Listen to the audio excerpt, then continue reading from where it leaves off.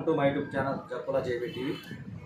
ఈరోజు ఒక రైతుగా భగవంతుడు కనుక నాకు మళ్ళీ ఒక వరం కనుక ఏదన్నా ఇస్తే మరలా వచ్చే జన్మంటూ నాకు కనుక ఇస్తాను అని కనుక భగవంతుడు కనుక ఈ రైతు జీవితం రైతుగా పుట్టుక దయచేసి మాకు ఇవ్వద్దు స్వామి.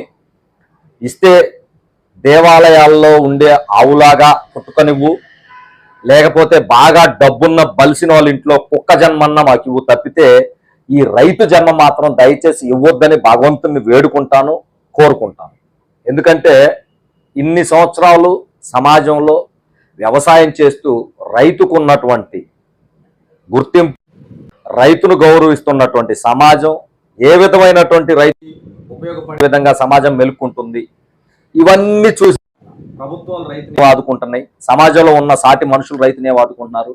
రైతు పండించే పంటలు తిని బతికే మనుషులు ఏ విధంగా ఆదుకుంటున్నారు, ఇవన్నీ గమనించిన తర్వాత నిజంగా భగవంతుడిని ఒకటే వేడుకుంటాను, మళ్ళీ జన్మంటూ ఉంటే దేవాలయాల్లో గోవు లెక్క కానీ, లేకపోతే బాగా డబ్బుండ బలిసినోడు ఇంట్లో కుక్క లెక్క కానీ మాకు జన్మను ప్రసాదించు స్వామిని మనస్ఫూర్తిగా కోరుకుంటాను.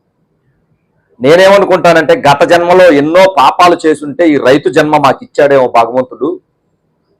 ఆ పాపాలు చేసిన ఫలితంగా దానికి పర్యవసానంగా ఈ రోజున ఇలా కష్టపడి పాప విమోచనం చేసుకోవాల్సిన దుస్థితి మాకు కలిగిందేమో అని చెప్పేసి ఆలోచన చేయాల్సిన పరిస్థితి ఈ రోజున ఆంధ్రప్రదేశ్ రాష్ట్రం భారతదేశంలో ఉన్నందుకు నిజంగా సిగ్గుపడుతూ మరొకసారి భగవంతుడు కనుక నాకు ఇస్తే వరం కనుక ఇచ్చి మళ్ళీ జన్మంటూ ఉందని కనుకంటే ఈ రెండు ప్రసాదించమని చెప్పేసి భగవంతుని వేడుకుంటాను.